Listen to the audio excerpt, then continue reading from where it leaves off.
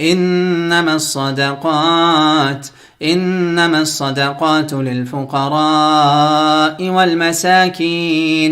والمساكين والعاملين عليها إنما الصدقات للفقراء والمساكين والعاملين عليها والمؤلفة قلوبهم وفي الرقاب والغارمين وفي سبيل الله وابن السبيل فريضة من الله والله عليم حكيم.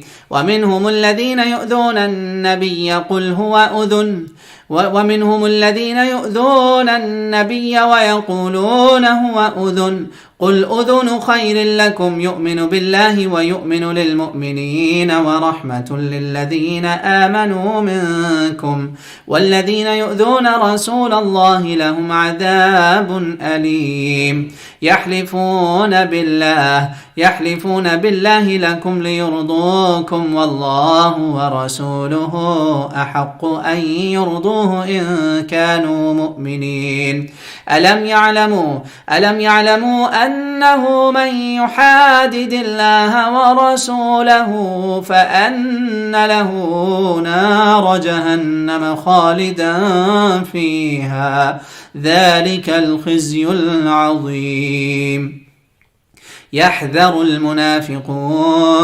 يحذر المنافقون أن تنزل عليهم سورة تنبئهم بما في قلوبهم قل استهزئوا إن الله مخرج ما تحذرون ولئن سألتهم ليقولن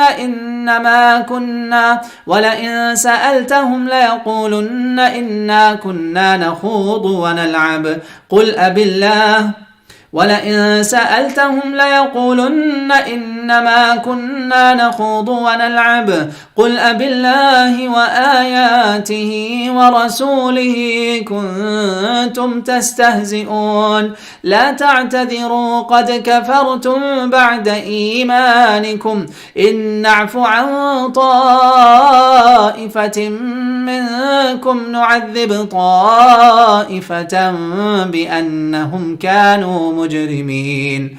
المنافقون والمنافقات بعضهم من بعض يأمرون بالمنكر وينهون عن المعروف ويقبضون أيديهم نسوا الله فنسيهم إن المنافقين هم الفاسقون. وعد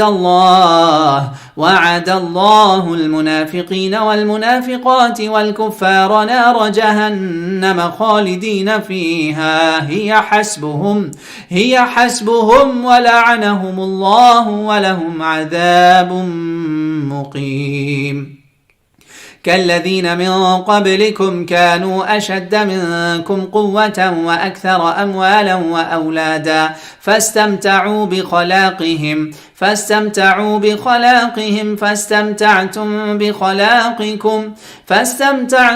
بخلاقكم كما استمتع الذين من قبلكم بخلاقهم وخضتم كالذي خاضوا أولئك حبطت أعمالهم في الدنيا والآخرة وأولئك هم الخاسرون. ألم يأتهم نبأ الذين من قبلهم قوم نوح وعاد وثمود وقوم إبراهيم وأصحاب مدين والمؤتفكات أتتهم رسلهم بالبينات فما كان الله ليظلمهم ولكن كانوا أنفسهم يظلمون.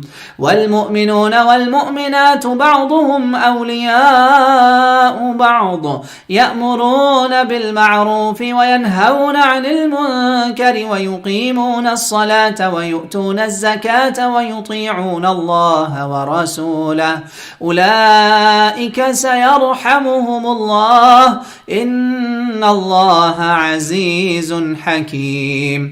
وعد الله المؤمنين والمؤمنات جنات تجري من تحتها الأنهار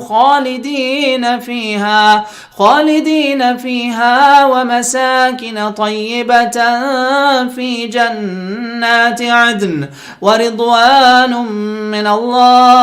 ورضوان من من الله أكبر ذلك هو الفوز العظيم.